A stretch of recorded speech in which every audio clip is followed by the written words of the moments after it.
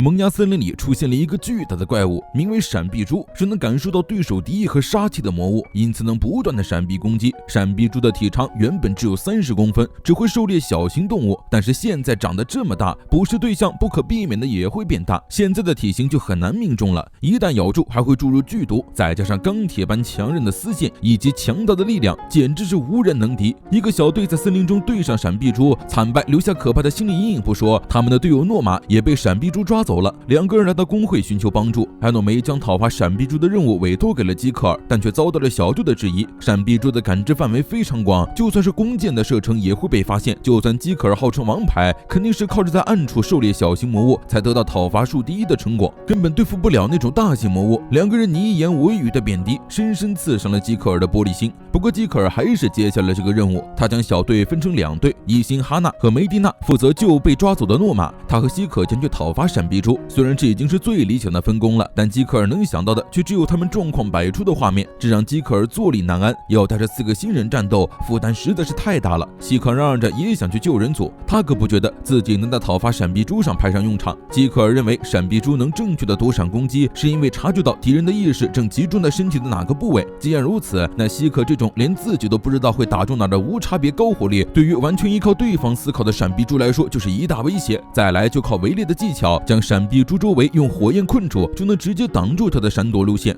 而救援组这边也不出意外的出了意外，一心脚下一滑被蛛网缠住，梅丽娜拉他出来，结果自己也被粘住，2个人不堪入目的纠缠在一起。哈娜只好拿出火柴帮他们把蛛网烧掉，希可也在用火焰魔法清理闪避猪的巢穴。2个人即将抵达闪避猪的巢穴，基克尔会做诱饵引诱闪避猪，希可就趁机放火将其包围，一旦成功包围就释放落雷。但就在这时，闪避猪突然向希可发起偷袭，基克尔眼疾手快地扔开希可，拔出刀和闪避猪对峙。看来烧到巢穴的挑衅做法起作用了，基克尔立刻指挥希可按计划行事，不要将注意力集中在闪避猪身上，马上放火烧掉周围，他自己的进展吸引闪避猪的注意。但这计划说的轻巧，在施法过程中，希可还是不可避免地对上了闪避猪的眼睛，察觉到敌意的闪避猪立刻跳远，在希可咏唱咒语之前回避逃走了。火焰攻击扑了个空，基克尔意识到自己的计划有漏洞，而就在此时，闪避猪突然闪现偷袭希可，一切发生的太快，希可根本来不及躲避。但就在此时，基克尔一把推开希可，蜘蛛锋利的前足瞬间刺穿了他的腹部。希可发动火焰赶走了闪避猪，但基克尔却因为剧毒和伤陷入了昏迷。工会里，艾什涅和艾诺梅胸口的扣子齐齐崩开，2个人心中都是不祥的预感。基克尔的倒下吓坏了希可，一个劲儿的在基克尔耳边哭喊，他要是再不醒来，他就让所有人都知道萌芽镇的王牌对他的女队友图谋不轨。名誉被毁的基克尔死不瞑目，当场诈尸。虽然中的是一击必杀的剧毒，好在基克尔算半个肾勇，在被刺之前咬破了藏在牙齿里的解毒剂，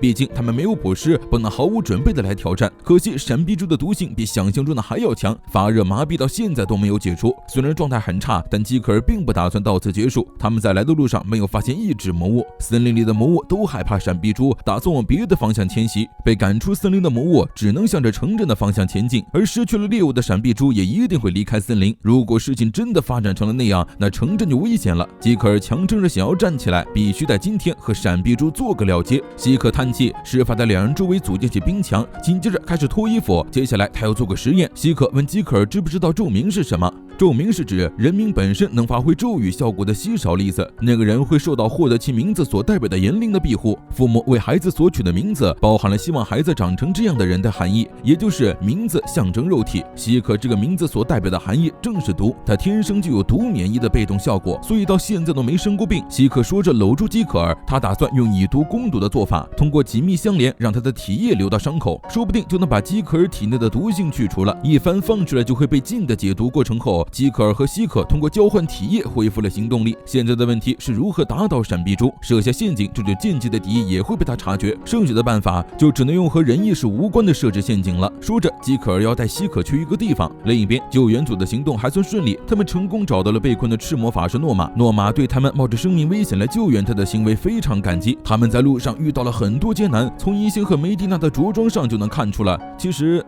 算了，确实是条漫长又危险的道路呢。基克尔带着希可来到了森林中的避难所，任务就是要拖到晚上难以回到城镇，护卫就会在这里过夜。基克尔打算把这里当作陷阱，观察好小屋的构造和周围的环境之后，基克尔破坏了小屋周围的驱魔装置。不仅如此，他还要希可把这座小屋整个烧掉。基克尔在林中四处放火火烧蜘蛛网，成功引出了闪避猪的行踪。一边是具备棘手火力的黑魔法师，一边是已经中了一击的负伤猎人，闪避猪绝对会优先攻击他。吉克尔接下来要做的就是在肚子上开了个洞的前提下，一路逃过攻击，抵达避难所。和闪避猪战斗时最棘手的，既不是剧毒和丝线，也不是力量与感知，而是信息过少。一般的闪避猪是狩猎小型魔物的30公分左右的魔物，某方面算作是异虫的存在，不会被大多数护卫看作是敌人，因此不足的情报只能通过反复试验来填补。现在的问题就在于，他要是一发失误，就能直接魂归西天。闪避猪会对直接和间接的杀意产生反应，虽然乍一看是毫无死角的能力，但这两部分可以推断出共同点，那就是视线，